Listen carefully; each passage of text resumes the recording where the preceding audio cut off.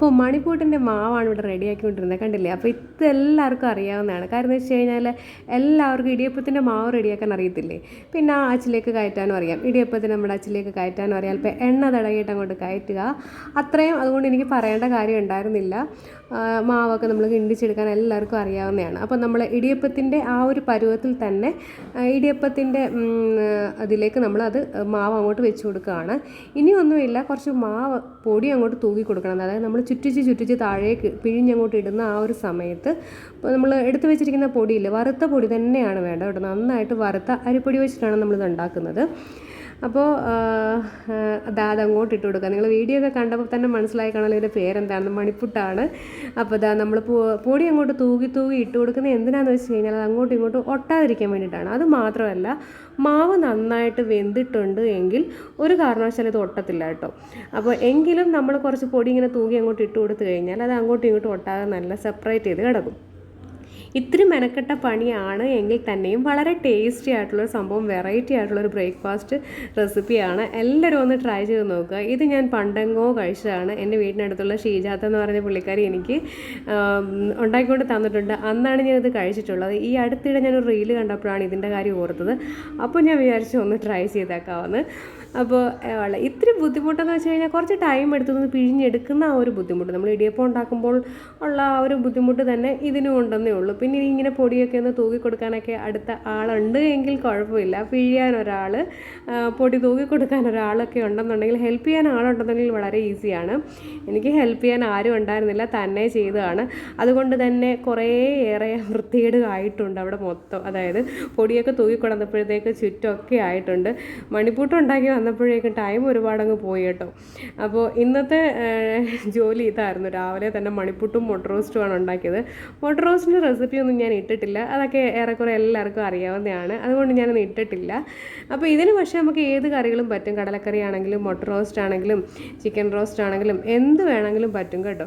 അപ്പോൾ ഈ ഒരു സംഭവം നിങ്ങൾ ശ്രദ്ധിച്ചാൽ മതി. ഇങ്ങനെ പിഴിഞ്ഞങ്ങോട്ട് ഇടുന്ന സമയത്ത് നമ്മൾ കുറച്ച് പൊടി ഇങ്ങനെ തൂക്കി കൊടുക്കണം. പിന്നെ നല്ല രീതിയിൽ മാവ് കൈ ഒട്ടാത്ത രീതിയിൽ നല്ല പാകത്തിന് വേവണം. അതാണ് അതിൻ്റെ ഒരു പരുവം. നമ്മൾ പത്തിരിക്കൊക്കെ മാവ് കുഴക്കില്ലേ, സംഭവം അത് തന്നെയാണ് കേട്ടോ. അപ്പോൾ ഞാൻ പറഞ്ഞില്ലേ, ഇത് ഞാൻ ടേസ്റ്റ് ചെയ്തിട്ടുള്ള ഷീജാത ഉണ്ടാക്കി തന്നിട്ടാണ്. അപ്പോൾ ഷീജാതയ്ക്ക് ഒരു വളരെ സ്പെഷ്യൽ താങ്ക്സ് പറയുകയാണ്. ഈ ഒരു ഡിഷ് ഞാനിപ്പോൾ ഒന്ന് ഓർക്കാൻ കാര്യം, ഞാൻ വെറുതെ റീൽസ് ഒന്ന് കണ്ടുകൊണ്ടിരുന്നപ്പോഴാണ് ഈ മണിപ്പൂട്ടിൻ്റെ കണ്ടത്. അപ്പോൾ ഞാൻ പുറമോട്ടൊന്ന് ചിന്തിച്ചു, എന്നാലും പിന്നെ ഒന്ന് ട്രൈ ചെയ്തുകൂടാ, എന്തുകൊണ്ട് ട്രൈ ചെയ്തുകൂടാന്ന് വിചാരിച്ചു. അങ്ങനെ ഉണ്ടാക്കി നോക്കിയതാണ് കേട്ടോ. ഈ ടൈം എടുത്ത് പിന്നെ നമ്മളത് പൊടിയൊക്കെ തൂക്കിയത് നമ്മൾ അരിപ്പയിലൊന്ന് ഇടഞ്ഞ് മാറ്റുകയാണ്. അതായത് അധികമുള്ള പൊടിയൊക്കെ ഒന്ന് കളയാൻ വേണ്ടിയിട്ടാണ് കേട്ടോ. അപ്പോൾ ഇതൊക്കെ ടൈം എടുത്ത് ചെയ്യേണ്ട കാര്യമാണ്. പിന്നെ വെറൈറ്റി ആയിട്ടുള്ള ഒരു ഫുഡ് കഴിക്കണമെന്ന് തോന്നുമ്പോഴും പിന്നെ ടൈം ഉള്ളപ്പോഴും അങ്ങനെയുള്ളവർ മാത്രം ചെയ്യുക കേട്ടോ. മടി പിടിച്ചിരിക്കുന്നവർക്കൊന്നും പറ്റിയ ഐറ്റം അല്ല ഇത്. ഇച്ചിരി മെനക്കെട്ട പണിയാണ്. പിന്നെ നമ്മളിങ്ങനെ പിഴിഞ്ഞിങ്ങനെ, അതായത് പൊടിയൊക്കെ തൂകിയിട്ട് ഇങ്ങനെ സെപ്പറേറ്റ് ചെയ്തിട്ട് നല്ല എയർ ടൈറ്റ് ആയിട്ടുള്ള ഒരു കണ്ടെയ്നറിൽ എടുത്ത് വെക്കുകയാണെന്നുണ്ടെങ്കിൽ, ഫ്രിഡ്ജിൽ വെക്കുകയാണെന്നുണ്ടെങ്കിൽ നമുക്ക് ഒരുപാട് ദിവസം സൂക്ഷിക്കാൻ പറ്റത്തില്ല. ഇങ്ങനെ വെച്ച് കഴിഞ്ഞാൽ നമുക്ക് രാവിലെ പെട്ടെന്ന് തന്നെ ബ്രേക്ക്ഫാസ്റ്റ്, ഇപ്പോൾ ജോലിക്കൊക്കെ പോകുന്ന ആൾക്കാർക്കാണെന്നുണ്ടെങ്കിൽ ഇത് രാവിലെ ഒന്നും ഉണ്ടാക്കാൻ പറ്റില്ല. അപ്പോൾ വൈകുന്നേരം സമയത്ത് ഇതിങ്ങനെ റെഡിയാക്കിയിട്ട് ഒരു ടിന്നിലൊന്ന് അടച്ച് വെച്ച് കഴിഞ്ഞാൽ രാവിലെ നമുക്ക് ബ്രേക്ക്ഫാസ്റ്റ് ഈസി ആയിട്ട് ഉണ്ടാക്കാൻ പറ്റും.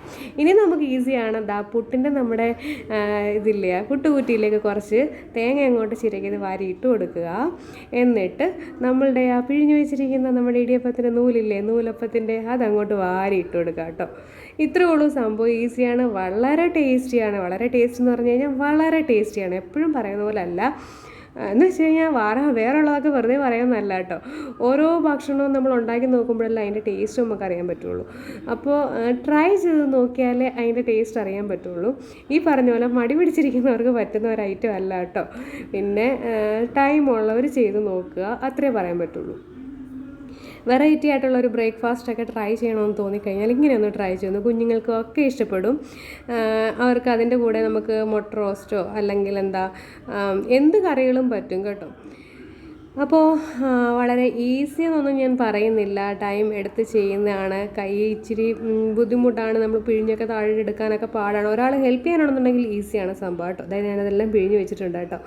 ഇത്രയേ ഉള്ളൂ. ഞാൻ ആ പൊടിക്കകത്ത് തന്നെ ഇട്ടേക്കുന്നത്. ഇനി അത് ഇടഞ്ഞൊന്ന് മാറ്റുന്നുണ്ട്. അതിൻ്റെ അകത്ത് പൊടിയൊക്കെ ഒന്ന് മാറ്റി സെപ്പറേറ്റ് ചെയ്യുന്നുണ്ട്. അപ്പോൾ ഇതേ ഉള്ളൂ അതിൻ്റെ അകത്തൊരു ജോലി എന്ന് പറയാനുള്ളത്. അധികം പണി എന്ന് പറഞ്ഞു കഴിഞ്ഞാൽ ഇതിങ്ങനെ ഒന്ന് ഞെക്കി പിഴിഞ്ഞിട്ട് അത് പൊടി തൂക്കിയിട്ട് കൊടുക്കുക. എന്നിട്ട് അതിൻ്റെ അകത്ത് പൊടി ഒന്ന് നമ്മൾ ഇടഞ്ഞ് മാറ്റുക എന്നുള്ളതേ ഉള്ളൂ. അപ്പോൾ നമ്മുടെ മണിപ്പൂട്ട് ഇവിടെ റെഡി ആയിട്ടുണ്ട്. വളരെ ടേസ്റ്റി ആയിട്ടുള്ള വെറൈറ്റി ആയിട്ടുള്ള ഒരു ബ്രേക്ക്ഫാസ്റ്റ് റെസിപ്പിയാണ്. ഞാൻ ആദ്യത്തെ ആ വീഡിയോ ഇട്ടത് കാര്യം എന്ന് വെച്ച് കഴിഞ്ഞാൽ അതൊക്കെ എല്ലാവർക്കും അറിയാവുന്നതുകൊണ്ടാണ്. അതുകൊണ്ടാണ് ഞാൻ സൗണ്ട് കൊടുക്കാഞ്ഞതിൽ. നമ്മൾ ഇടിയപ്പത്തിൻ്റെ മാവൊക്കെ ഉണ്ടാക്കാൻ എല്ലാവർക്കും അറിയാവുന്നതല്ലേ. തിളപ്പിച്ച വെള്ളത്തിൻ്റെ അകത്തേക്ക് നമ്മൾ മാവിട്ട് ഇച്ചിരി ഉപ്പ് ഇട്ട് തിളപ്പിച്ചിട്ട് നന്നായിട്ട് അതൊന്ന് കിണ്ടിച്ചെടുക്കുക. പകുതി വേവാക്കി എടുക്കുക എന്നുള്ളതേ ഉള്ളൂ കേട്ടോ. അപ്പോൾ അതാണ് നമ്മുടെ വളരെ ടേസ്റ്റി ആയിട്ടുള്ളതും വളരെ വെറൈറ്റി ആയിട്ടുള്ള നമ്മുടെ മണിപ്പൂട്ട് ഇവിടെ റെഡി ആയിട്ടുണ്ട്. ഇതിൻ്റെ കൂടെ ഞാൻ എടുത്ത് വെച്ചിരിക്കുന്നത് പറഞ്ഞില്ലേ മുട്ട റോസ്റ്റാണ്.